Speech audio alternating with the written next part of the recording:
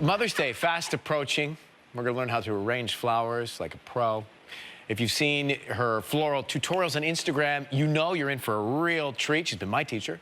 Please welcome the founder of Farmgirl Flowers, Christina Stembel. Christina, thank you for coming in. Hi, Christina. How are you? Good. Thank you for having me. I'm so excited to be here. We are excited, too, especially if you have kids at home that may or may not be operating under a very strict budget. Yes. They may have to come up with their own flower arrangement. Absolutely. So I grew up on a farm in Indiana, so I learned how to stretch a dollar like nobody's business. And so I'm excited to be here to teach you guys how you can do that with your flower arrangement. In all of our lessons, you've always said to me, okay, right, let's start with the vase. We need to start with the vase. Yes.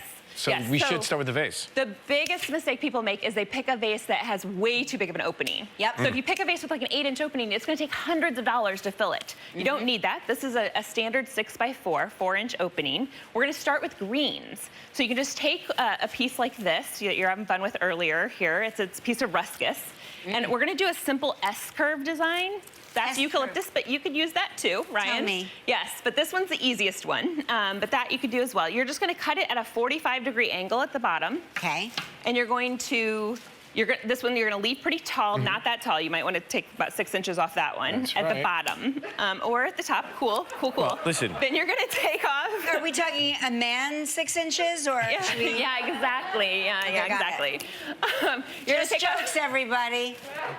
You're going to take off. Silent left side of the room. Exactly. You're going to, hey, you did good. That's really good. Listen, I've been busy over here, Yeah, Kelly. so now you're going to put it in the arrangement at like the 10 o'clock position. So I'm just going to do it like a clock for you. Okay. And leave it very tall. 6, 7, 8, 9, 10. Yes, on the left-hand side.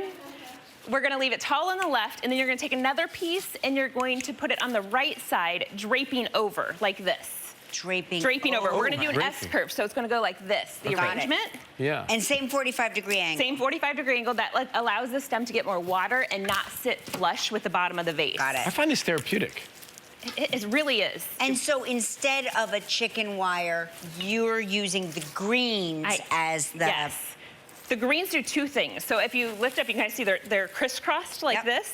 So that crisscross is allowing us to build a base, a foundation. So when we put the flowers in next, they're going to stay put for us. Got it. It's much better for the environment than floral foam. How do you choose the right flowers? What's the best way to start with the flowers? So what you're going to do is you're going to pick your focal flower, the one you just have to use. And in peony season, that's almost always going to be a peony.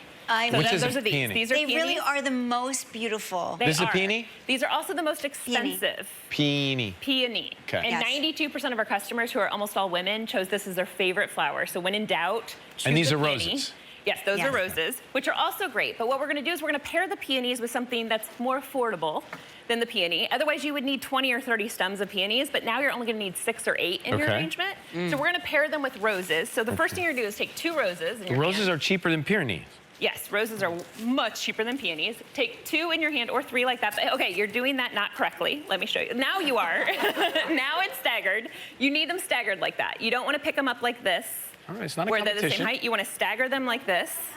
Then you're going to start low. So Yes, you I did am. the opposite of what I come I'm out going of to the teach you box to do. low. So I'm going to show you the difference there.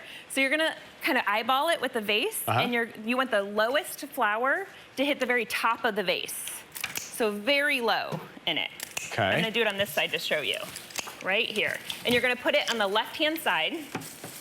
Now, can in the you vase, grow these like or you this. buy these at the market? What's the best So thing? you can buy these at any supermarket. A lot of people grow roses, though, which is really great, or tulips they grow as well. So we have tulips and calla lilies. These are very accessible and affordable. You can find them at grocery stores.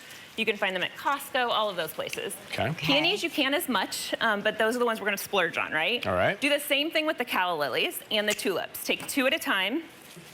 Cut them at 45-degree angle, staggered like this. And then you're going to put those in the arrangement as well. You're going to start low and then go taller as you build the arrangement.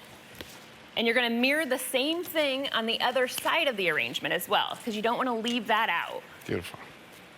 So, Beautiful. Fast forward, if we had 15 more minutes to spend on this arrangement, it would look like this one. Wow. Right? It's beautiful. The last thing, the last thing you're going to put in, though, is the peonies. The reason you're saving them till the very end is so that way you can put them very tall in the arrangement, which allows them space to open up. Oh, I see. So how do you get them to last? once you either ordered them for delivery or you've made them like this, which I will, of course. So I but how already- will you get them to last? Okay, so you want to change the water as often as possible, which is something we always say, but nobody ever does, including myself. So that's why we use opaque vases as well, so we can cheat a little bit. Right. If you can remember to change the water even every other day and keep them cool, that will help them last a lot longer. Also, every flower has a different lifespan.